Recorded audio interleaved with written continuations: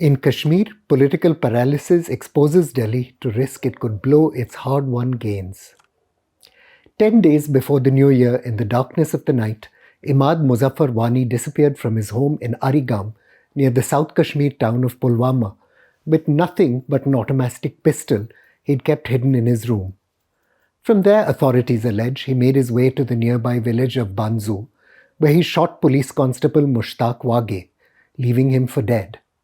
This past weekend, he was shot dead by police himself, his blood running over the snow outside Hasanpura near Kulgam. Ever since his early teens and intelligence dossier records, the 21-year-old had participated in Islamist protest mobs battling police on Kashmir's streets, graduating to aiding Hizbul Mujahideen terrorists on the run.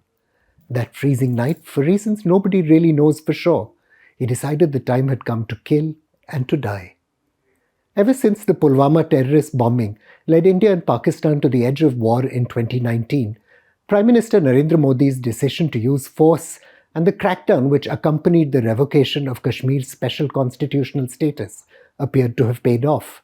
The tempo of killings, which had risen ever since he took office, reversed. There have, moreover, been no significant terrorist attacks outside Kashmir. There's one cause for concern, though. In spite of these gains, the recruitment of young ethnic Kashmiris to jihadist groups has continued apace. Estimating numbers isn't easy, but many experts put the number around 200, a figure similar to 2020. Exact numbers, though, matter a lot less than the message.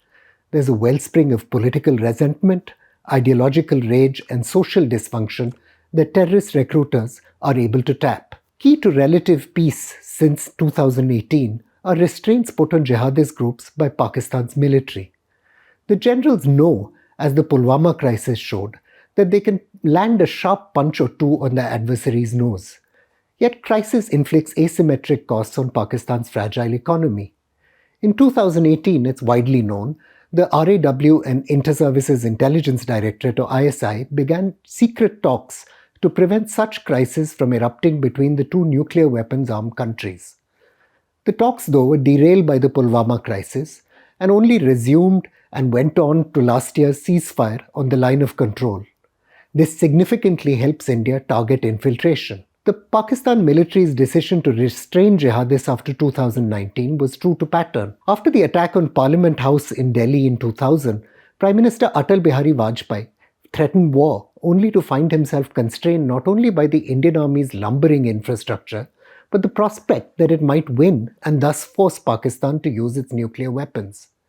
In spite of this success, Islamabad ratcheted back terrorism sharply in coming years and began secret diplomatic negotiations that almost ended with Prime Minister Manmohan Singh and Pakistan's military ruler General Pervez Musharraf securing a final status deal on Kashmir.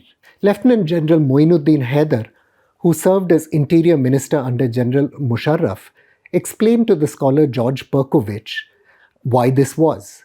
He argued that the long-term costs of continuing to back jihadists would be greater than the potential losses from taking them on. President Musharraf feared that such a confrontation would provoke a civil war. I was the sole voice initially, Haider said, saying, Mr. President, your economic plan will not work, people will not invest if you don't get rid of extremists. General Musharraf's intelligence chief, Lieutenant General Javed Ashraf Qazi, went further. We must not be afraid, General Qazi publicly said, of admitting that the Jaish was involved in the deaths of thousands of innocent Kashmiris, bombing the Indian parliament, and killing the journalist Daniel Pearl, and even attempts on President Musharraf's own life. Today, though, there are signs that the Pakistan army may no longer be willing or able, in the face of a resurgent Taliban, to take on its jihadist proxies anymore. Last week, footage obtained by ThePrint established that the Jaish-e-Mohammed had held their first rallies since Pulwama, publicly announcing their role in terrorism in Kashmir. Experience explains why the Pakistan Army's leadership might be loosening the jihadist shackles. In 2007, General Pervez Ashfaq Kiani, who was locked in a growing confrontation with anti-state jihadists like the Tehreek-e-Taliban Pakistan and Al-Qaeda, rolled back General Musharraf's peace plan and escalated levels of violence in Kashmir. He calculated the military needed the support of its Kashmir-centered jihadist proxies like the Jaish and the Lashkar as ideological counterweights against anti-state jihadists. General Qamar Bajwa's tenure as Pakistan Army Chief is scheduled to end this November. Amidst rising conflict with the Taliban, his successor could make the same call General Kayani did. And what will that mean for us? Like it or not, the time couldn't be better for jihadist groups to expand their operations in Kashmir. In some important senses, the debates within Kashmir over the restoration of its statehood or constitutional guarantees aren't about their purported subject. These are a metaphor for wider insecurities that the region's Muslims have about their future in India. As India's always fraught communal landscape has turned ever more toxic, those insecurities have sharpened.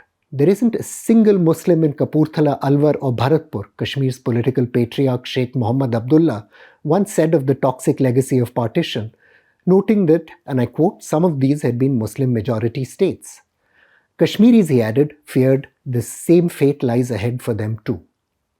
In 2008, anxieties that Hindu India might be preparing to seize Kashmir's lands and eradicate its religion were stoked by Islamists to spark an uprising against the use of land use rights to the Amarnath shrine. India, the Islamist leader Sayyid Ali Shah Gilani was working on an agenda of changing the demography of the state.